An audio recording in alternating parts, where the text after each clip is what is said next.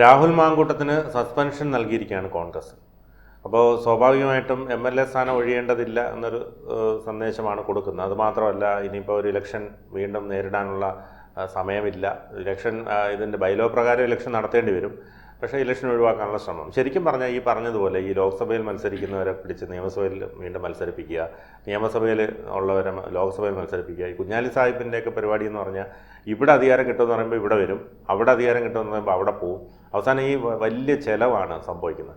കോൺഗ്രസ്സിലും മാത്രമല്ല CPM-ലും ഉണ്ട്. ഇപ്പോൾ പറഞ്ഞ പോലെ മുകേഷിനെയൊക്കെ കൊല്ലം ലോക്സഭാ മണ്ഡലത്തിൽ മത്സരിപ്പിച്ചു. അത് പിന്നെ ചിലവ് വന്നില്ല, കാരണം കൊല്ലത്ത് ജയിച്ചില്ല. അപ്പോൾ ഈ പറഞ്ഞ പോലെ K മുരളീധരനെ ഇതുപോലെ കൊണ്ടുപോയി ചാവേറാക്കുന്ന പരിപാടികളുണ്ട്.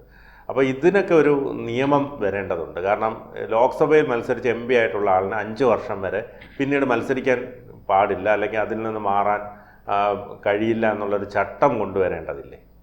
അല്ല, അത്തരത്തിൽ ചട്ടം കൊണ്ടുവരാനായിട്ട് ഇപ്പോൾ തന്നെ കേന്ദ്ര സർക്കാർ പുതിയൊരു ചട്ടം കൊണ്ടുവന്നിരുന്നു, ഒരു ബില്ല് കൊണ്ടുവന്നിരുന്നു. ആ ബില്ല് പ്രധാനപ്പെട്ട പോയിന്റ്, ഇപ്പൊ നമ്മൾ സാധാരണ സർക്കാർ ഉദ്യോഗസ്ഥന് അഴിമതി നടത്തിയിട്ട് 48 മണിക്കൂർ ശിക്ഷിക്കപ്പെട്ടാൽ അയാൾ അകത്ത് കിടന്നാൽ അയാളുടെ ജോലി പോകും.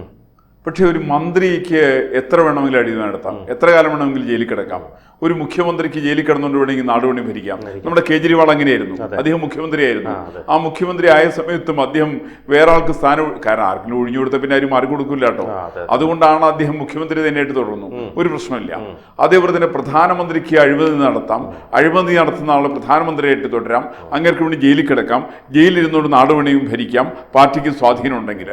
അപ്പോൾ ഇത്യാദി കാര്യങ്ങൾക്കെതിരായിട്ടുള്ള കേന്ദ്ര സർക്കാർ ബില്ല് കൊണ്ടുവന്ന സമയത്ത് കേരളത്തിലെ MP-മാരടക്കമുള്ള മുഴുവൻ MP-മാരും, അത് കോൺഗ്രസ് മാത്രമല്ല കമ്മ്യൂണിസ്റ്റ് പാർട്ടി അടക്കമുള്ള പ്രതിപക്ഷ പ്രസ്ഥാനങ്ങൾ പൂർണ്ണമായിട്ട് ഒന്നിച്ച്, ഇന്ത്യയും മുന്നണി ഒന്നിച്ച് നിന്നുകൊണ്ട് പറഞ്ഞത് ഈ ബില്ല് പറ്റൂല. എന്താ കാരണം?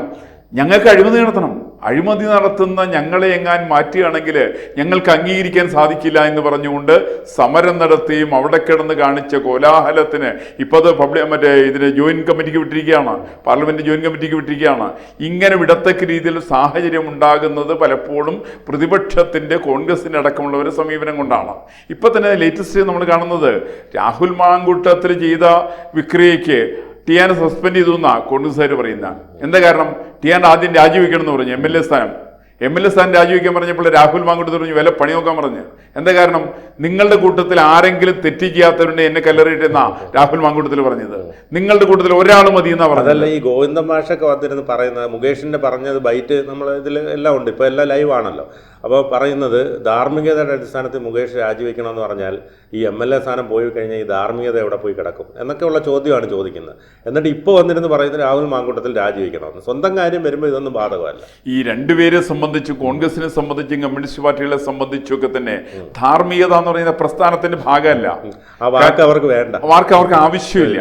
അതുകൊണ്ട് ഞാൻ വ്യക്തിപരമായിട്ട് മനസ്സിലാക്കുന്നത് രാഹുൽ മാങ്കൂട്ടത്തിലെ യൂത്ത് കോൺഗ്രസിന്റെ പ്രസിഡന്റ് സ്ഥാനം രാജിവെക്കേണ്ട ആവശ്യമേ ഇല്ല എന്ന് വിശ്വസിക്കാനാണ് ഞാൻ. മറിച്ച് MLA സ്ഥാനം വേണമെങ്കിൽ രാജിവെക്കണം കേട്ടോ. കാരണം MLA എന്നൊക്കെ പറഞ്ഞാൽ മിക്കവാറും അസംബ്ലിയിൽ ഇരിക്കുന്നവരെല്ലാവരും ഇത്തരത്തില് കുഴപ്പക്കാരോ വികൃതികളോ ആണെന്നുള്ള അഭിപ്രായം എന്നെ സംബന്ധിച്ചില്ല. പക്ഷേ കോൺഗ്രസിൽ അങ്ങനെയല്ല. കോൺഗ്രസിന് നേതൃപരമായിരിക്കുന്ന പങ്കിലേക്ക് ഒരാൾക്ക് എത്തിച്ചേരണം എന്നുണ്ടെങ്കിൽ അയാൾക്ക് ഇത്തരം ചില വിക്രസുകൾ ആവശ്യമാണ്. അത് അവർ കോൺഗ്രസിന്റെ മുൻകാല ചെയ്തികൾ മുഴുവൻ പരിശോധിക്കുന്ന സമയത്ത് ഈ തരത്തിൽ അവിഹിതമായിരിക്കുന്ന, അസാൻമാർഗികമായിരിക്കുന്ന പ്രവർത്തനങ്ങൾ ചെയ്യാത്തവരാരും കോൺഗ്രസ് നേതൃത്വത്തിലില്ല.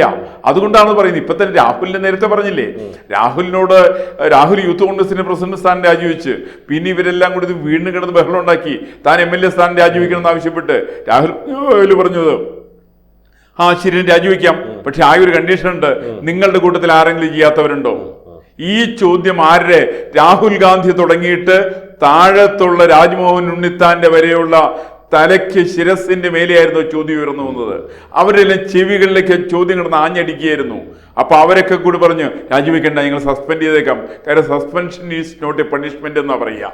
സസ്പെൻഷൻ എന്നൊക്കെ പറഞ്ഞാല് 2 മാസം 3 മാസം സസ്പെൻഷൻ കഴിഞ്ഞിട്ടുണ്ടെങ്കിൽ മിക്കവാറും അയാൾ യൂത്ത് കോൺഗ്രസിന്റെ ഓൾ ഇന്ത്യ ജനറൽ സെക്രട്ടറി ആകാനുള്ള സാധ്യതയുണ്ട്. അങ്ങനെ സാധ്യതയുള്ളതിന്റെ പേരിൽ അതിലയാൾക്ക് തിരിച്ചു വരാനുള്ള സാധ്യതയുണ്ട്. അങ്ങനെ രാഹുൽ മാങ്കൂട്ടത്തിൽ ആകെപ്പാടെ ഞാൻ മനസ്സിലാക്കിയത് 10-12 സ്ത്രീകളൊക്കെ ആയിട്ട് അദ്ദേഹത്തിന് ചില ബന്ധങ്ങളുണ്ടായിരുന്നു. അതിൽ ഒരുപാട് പേര് അദ്ദേഹം ചാറ്റ് ചെയ്തിരുന്നു. ആ ചാറ്റ് ചെയ്തിരുന്നതിൽ പലരും അദ്ദേഹം ചീറ്റ് ചെയ്തു. പക്ഷേ വലിയ പ്രശ്നം വരുന്നത് അദ്ദേഹം ഒരു സ്ത്രീയോട് ഗർഭഛിദ്രം നടത്താൻ വേണ്ടിയിട്ട് അദ്ദേഹം നിർബന്ധിക്കുന്ന വീഡിയോ ക്ലിപ്പിംഗ് പുറത്തു വന്നു എന്ന് മാത്രമല്ല പറയുന്നത്, വേണ്ടി വന്നാൽ കുന്നുകളയുന്ന ആൾ പറഞ്ഞിട്ടുണ്ട്. അതിനെക്കുറിച്ച് ഇന്ന് ദീപിക ദിനപത്രത്തിൽ നിന്ന് പത്രം വായിച്ചപ്പോൾ അതിനകത്ത് കണ്ടിരുന്നു. അത് വസ്തുതയാണെങ്കിൽ രാഹുൽ മാങ്കൂട്ടത്തിൽ സ്ത്രീയെ വധിക്കുമെന്ന് ഭീഷണിപ്പെടുത്തിയിട്ടുണ്ടെങ്കിൽ അയാൾക്കെതിരായിട്ട് ക്രിമിനൽ കേസ് വേണ്ടതല്ലേ? അയാളെ പിടിച്ച് ജയിലിടേണ്ടതല്ലേ? അങ്ങനെ ജയിലിലിടുന്ന ഇടേണ്ട ഒരാളാണ് രാഹുൽ മാങ്കൂട്ടത്തില്. അത്രയ്ക്ക് നീചനും നികൃഷ്ടനും കൊലപാതക ശ്രമങ്ങൾ നടത്തുന്ന ആളുമാണ് രാഹുലെങ്കിൽ ഈ രാഹുലിനെ വച്ചുപൊറിപ്പിക്കേണ്ടത് കേരള നിയമസഭയെ സംബന്ധിച്ച് ഏറ്റവും അപമാനകരമാണ്. ആ തീരുമാനമെടുക്കേണ്ടത് രാഹുൽ മാത്രമായിരുന്നില്ല, കേരളത്തിലെ സ്പീക്കർ തീരുമാനമെടുക്കണം. സ്പീക്കർ ഇയാളെ അസംബ്ലിയിൽ നിന്ന് ഇയാളെ പുറത്താക്കണം. ഇയാൾ കേവലം പാർട്ടി യൂത്ത് കോൺഗ്രസിന്റെ അധ്യക്ഷ സ്ഥാനം രാജിവെച്ചുകൊണ്ടല്ല ചെയ്യേണ്ടത്. ഇയാൾ നേരെ പോകേണ്ടത് ഇയാൾ കേരളത്തിന്റെ നിയമസഭയിൽ നിന്ന് പുറത്താക്കേണ്ട നിയമപരമായിരിക്കുന്ന ദൗത്യം കേരളത്തിന്റെ സ്പീക്കറിൽ നിക്ഷിപ്തമാണ്. സ്പീക്കർ ആ നടപടി എടുക്കാൻ തയ്യാറാവണം. ഇയാളെ അസംബ്ലി കയറ്റാൻ പാടില്ല. കാരണം ഒരു സ്ത്രീയെ കൊലപ്പെടുത്തുക എന്ന് പറയുക ഒരു സാമാന്യ മര്യാദ വേണ്ടേ? അങ്ങനെ സ്ത്രീയെ കൊലപ്പെടുത്തുന്ന ആളുകളാണോ കേരളത്തിന്റെ നിയമസഭാ സാമാജികന്മാരായിട്ട് വരേണ്ടത്? ഈ ഒരു ചോദ്യം കേരളത്തിന്റെ പൊതുസമൂഹത്തിന്റെ മുന്നിലേക്ക് വലിച്ചെറിഞ്ഞു കൊടുത്തിട്ടാണ് ഇന്നിപ്പോ സസ്പെൻഷനിൽ രാഹുൽ മാങ്കൂട്ടത്തിൽ നിൽക്കുന്നത്. കാരണം നടപടിയെടുക്കാൻ കേന്ദ്രത്തിലെ കോൺഗ്രസിന് ഹൈക്കമാൻഡിനടക്കമുള്ളവർക്ക് അവർക്ക് സാധ്യമല്ല. കാരണം അവരിലേറെ ആളുകളും ഈ അമ്പ് കൊള്ളാത്തവരില്ല ഗുരുക്കളിൽ എന്ന് പറയുന്ന മാതിരി ഈ പറയുന്ന അമ്പേൽക്കാത്തവരാരും കോൺഗ്രസിന് അഖിലേന്ത്യാ നേതൃത്വത്തിലോ കോൺഗ്രസിന്റെ സംസ്ഥാന നേതൃത്വത്തിലോ ഇല്ല എന്നുള്ളതാണ് വസ്തുത. അത് സമാനം തന്നെയാണ് ഗോവിന്ദ മാഷിന്റെയൊക്കെ സംഭവം. ഗോവിന്ദ മാഷിന്റെ മുകേഷിന്റെ സംഭവം പറയുന്നുണ്ട്.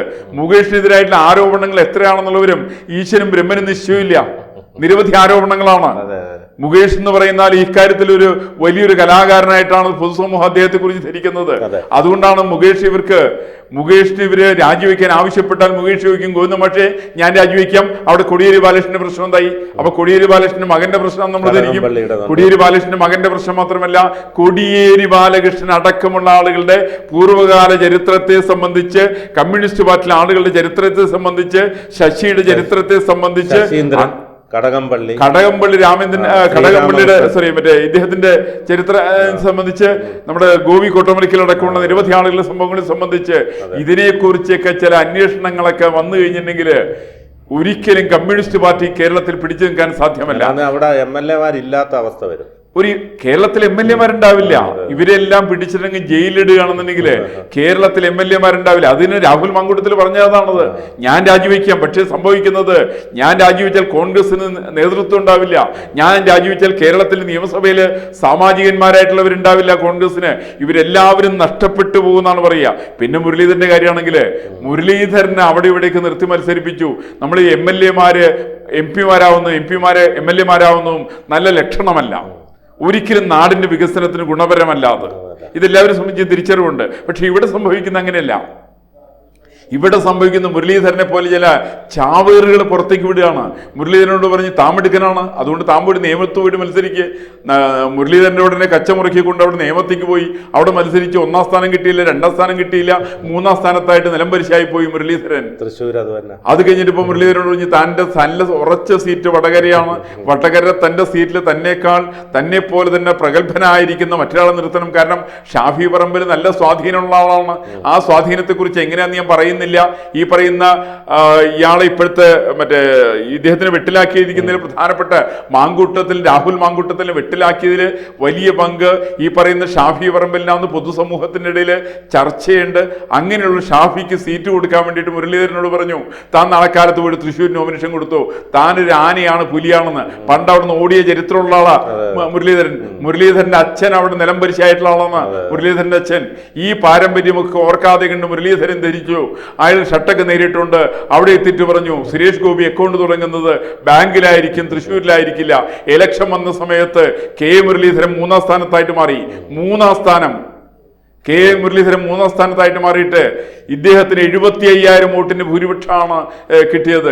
നിലവിൽ TN പ്രതാപൻ അവിടെ MP ആയിരുന്ന സ്ഥലത്ത് പ്രതാപനെ മാറ്റിക്കൊണ്ട് മത്സരിക്കാനുള്ള അതിമോഹം കൊണ്ട് ദുരാഗ്രഹം കൊണ്ട് എത്തിച്ചേർന്നുള്ള കെ മുരളീധരൻ എന്ന് പറയുന്ന കോൺഗ്രസിന്റെ ഒരു ചാവേറിനെ നിലംപരിശാക്കിയിട്ടുള്ള ഒരു പാരമ്പര്യവും കേരളത്തിലുണ്ട്, തൃശ്ശൂരിൽ ഉണ്ട് എന്നുള്ളതാണ് വസ്തുത. ഈ തരം ചാവേറുകളെ ഒന്നും അംഗീകരിക്കുന്ന ഒരു പാരമ്പര്യം കേരള സമൂഹത്തെ സംബന്ധിച്ചില്ല. അതുകൊണ്ട് എനിക്ക് പറയാനുള്ളത്, നിങ്ങൾ നിരന്തരം മത്സരിക്കണം എന്നുള്ള ആഗ്രഹം കൊണ്ട് പാർലമെന്റിലേക്ക് മത്സരിക്കുന്നു, അസംബ്ലിയിലേക്ക് മത്സരിക്കുന്നു, വേണമെങ്കിൽ കോർപ്പറേഷനിലേക്ക് മത്സരിക്കും എന്ന് പറഞ്ഞുകൊണ്ട് എല്ലായിടത്തേക്കും മത്സരിക്കാൻ വേണ്ടിയിട്ട് കേരളത്തിന്റെ ചില ജനപ്രതിനിധികൾ ഷോട്ടും ടൈയൊക്കെ ധരിപ്പിച്ചുകൊണ്ട് രംഗത്തിറങ്ങിയിട്ടുണ്ടെങ്കിൽ അവർക്കെതിരെ ശക്തമായ നടപടിയുമായിട്ട് കേരളത്തിന്റെ ജനാധിപത്യ വിശ്വാസികൾ വരും എന്നാണ് ഞാൻ ഇക്കാര്യത്തിൽ പ്രതീക്ഷിക്കുന്നത്.